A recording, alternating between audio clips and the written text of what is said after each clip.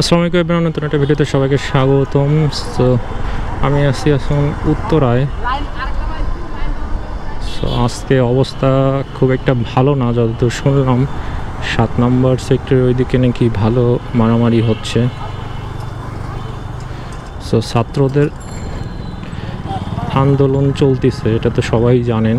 So কালকে হচ্ছে internet সব অফ করে দিছে সারা বাংলাদেশে। সো কোনো নিউজই পাচ্ছি না, কারণ ইন্টারনেট যদি অফ থাকে তাহলে বুঝতেছেনই তো অবস্থা। সো কী যে হচ্ছে দেশে কিছুই বুঝতে পারতেছি না। তারপরও একটা কাজে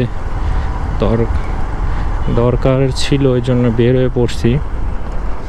সো তাড়াতাড়ি এখন বাসায় চলে যেতে হবে। এখন রাস্তাঘাটে কখন কি হয় বলা যায় না।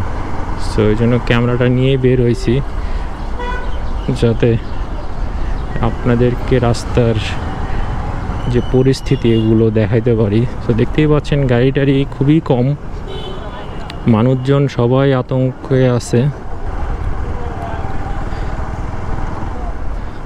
খুবই একটা আতঙ্ক একটা পরিবেশ, মানুষজন খুবই কম বের হচ্ছে রাস্তাঘাটে, দেখতেই পাচ্ছেন একদম নাই বলতেই চলে। কারণ আমি আছি সেক্টরের ভিতরে, এইখানে দেখুন শুধু কয়েকটা রিক্সা আর মানুষ পায়ে হেঁটে ঘোরাঘুরি করতেছে। সো গাড়ি টাড়ি একদমই কম। ওই যে রিক্সাওয়ালা মামা না করতেছে ওইদিকে যেতে। তো বুঝুন অবস্থা, আমি তাড়াতাড়ি ভাগি, বাসায় চলে যাই। কারণ একটা গাড়ি যদি একটা ক্ষতি করে ফেলে বা কোনো ঝামেলার মধ্যে পড়লে তো অবস্থা খারাপ। সবার মুখে একটা আতঙ্কের একটা ছাপ দেখতে পাচ্ছি।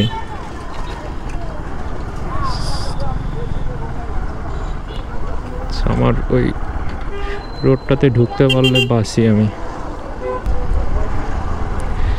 সো কী অবস্থা দেখুন, সবাই কেন আতঙ্কে আছে, সবার মুখের দিকে তাকাইলে একটা আতঙ্কের একটা ছাপ। সো এইখানে কত মানুষ জড়ো হয়েছে।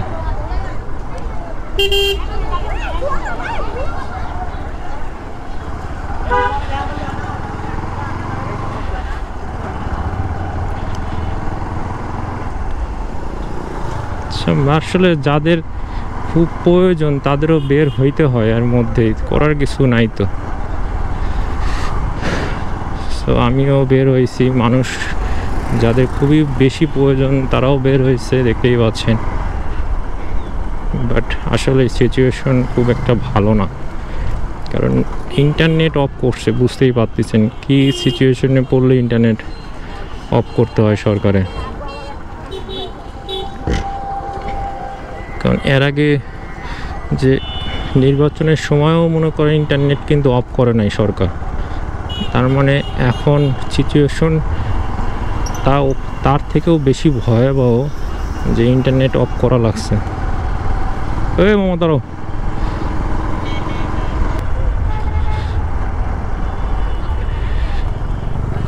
সো সাথেই থাকুন, রাস্তায় যা হয় আপনাদের দেখানোর ট্রাই করতেছি। আরেকটু গেলেই আমি আমার এলাকার মধ্যে ঢুকে যেতে পারবো, আশা করি তারপরে আর কোনো অসুবিধা হবে না। সো এইটুক রোডই একটু আতঙ্কে আছি।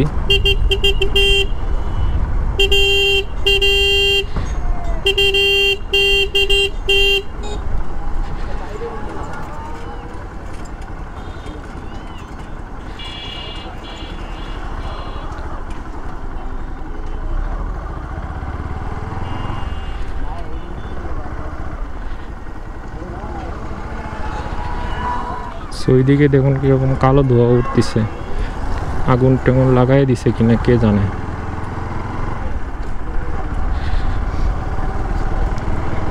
আগুন লাগাই দিতেও পারে, বলা যায় না।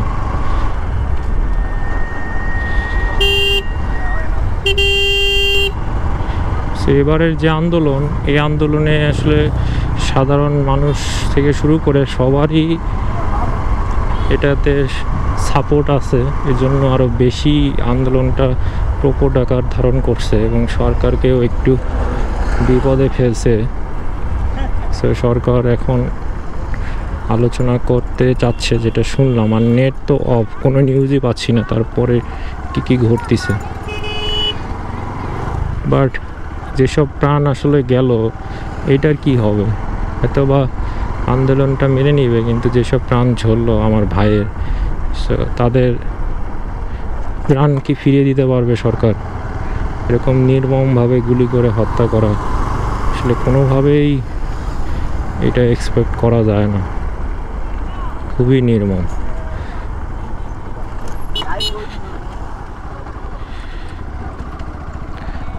সো মোটামুটি আমি এখন ঢুকে গেছি, এই যে আমার এলাকার রোডে ঢুকে গেলাম। আশা করি আর কোনো ঝামেলা হবে না,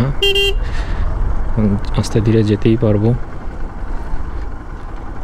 সো আপনারা খুব বেশি প্রয়োজন না হইলে ঘর থেকে বের হবেন না। আর যারা আন্দোলনে যাচ্ছেন তাদের উদ্দেশ্যে একটাই বলবো যে খুবই সাবধানে থাকবেন এবং আগে নিজের সেফটির কথা চিন্তা করবেন। কারণ দেখতেছেনই তো পুলিশ কীভাবে গুলি করে দিচ্ছে সামনে থেকে। একটা সাধারণ একটা মানুষকে কোনো কারণ ছাড়াই গুলি করে দিচ্ছে, গুলি করে মেরে ফেলতেছে। তো সবাই যার যার অবস্থান থেকে খুবই সাবধানে থাকবেন, এটাই আশা করতেছি। আর আপনাদের দাবি দাবা যাতে সেই দিক দিয়ে ঢুকে যাই। সো ভিডিওটি ভালো লাগলে অবশ্যই চ্যানেলটি সাবস্ক্রাইব করবেন। আর আপনাদের কি মতামত এই সরকারের এইসব মানে বাংলাদেশের কারেন্ট সিচুয়েশন নিয়ে অবশ্যই কমেন্ট করে জানাবেন।